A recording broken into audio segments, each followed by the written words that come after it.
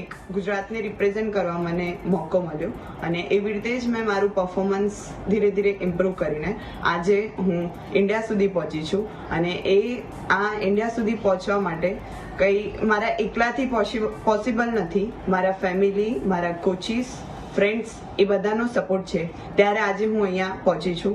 રાધિકા નાનપણથી જ એને રમતગમતમાં બહુ રુચિ હતી. એને નવું નવું એક્સપ્લોર કરવાનો એવો બધો શોખ છે અને એને કોઈ પણ ચેલેન્જિંગ વર્ક કરવામાં, એ રમતગમતમાં જ નહીં પણ કોઈ પણ કામ એમ ચેલેન્જ તરીકે જ લે છે અને એની આ રુચિના કારણે અત્યારે આ પ્લેટફોર્મ સુધી પહોંચી છે.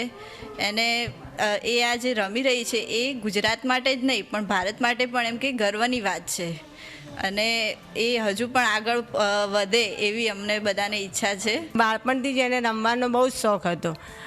એ જ્યારે બાલ મંદિરમાં જ્યારે બેનને સંગીત ખુરશી રમાડીને ત્યારે બેન પણ કહેતા હતા કે આ છોકરી રમે એમ કે એનું લક્ષ્ય દેખો. એ છેલ્લે એમ કે એટલે જીતીને જ આવી હતી એમ. એટલે પહેલેથી એને ભગવાનની કુદરતી બક્ષી છે એટલે એને રમવામાં બહુ જ ઇન્ટરેસ્ટ હતો. હા, ભારતની ટીમમાં સિલેક્શન થયું એટલે તો બહુ જ ખુશી હતી. એમ હતું કે આ વખતે તો લેશે કે નહીં લે એમ હતું, પણ એનું સિલેક્શન થઈ ગયું એટલે અમને ખૂબ આનંદ હતો.